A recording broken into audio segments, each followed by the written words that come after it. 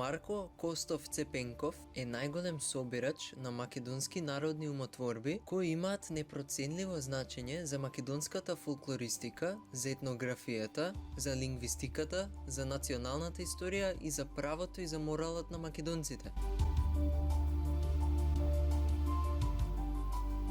Тој е роден во Прилеп, во сиромашно семејство кое води потекло од прилепско село Ореовец.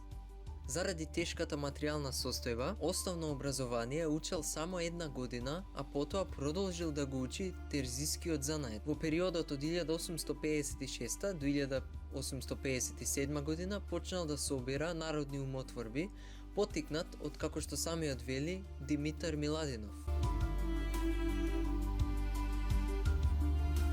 Од сите собирачи на македонското народно творештво, Марко Цепенков има временски најдолга запишувачка практика, повеќе од 40 години собирал народни умотворби. Освен тоа, за разлика од другите најистакнати собирачи на македонските народни умотворби, браќата Миладиновци, Кузман Шапкарев, Стефан Варковиќ, кои во својот фонд собрани фолклорни материјали, имаат и такви што ги добиле од други запишувачи. Марко Цепенков лично самиот ги запишал своите фолклорни и етнолошки материјали. И по вкупниот фонд на собраните народни умотворби, како и по жанровската разновидност на собраните фолклорни материјали, Марко Цепенков е најзначајниот собирач на македонските народни умотворби.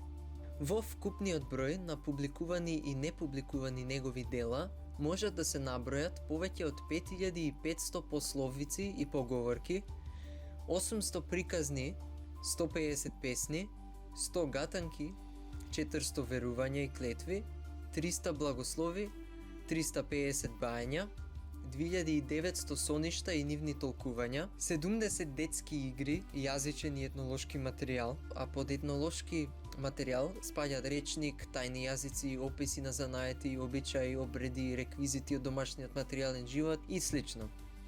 Своите запишани фолклорни и етнолошки материјали Марко Цепенков ги собрал претежно од Прилеп и неговата околина, но и од Битолско, Скопско, Штипско, Велешко и Дебарско. Соодветно на обемниот фонд собрани народни умотворби, голем е и бројот на интерпретаторите од кои Цепенков ги слушнал и запишувал своите фолклорни материјали.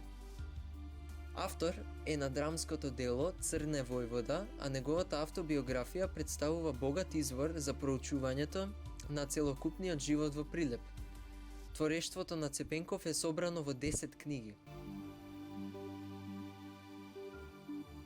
Изнемоштен, напуштен, заборовен во крајна беда, Марко Цепенков умрел на 29 декември 1920 година во Софија, каде што е и погребан.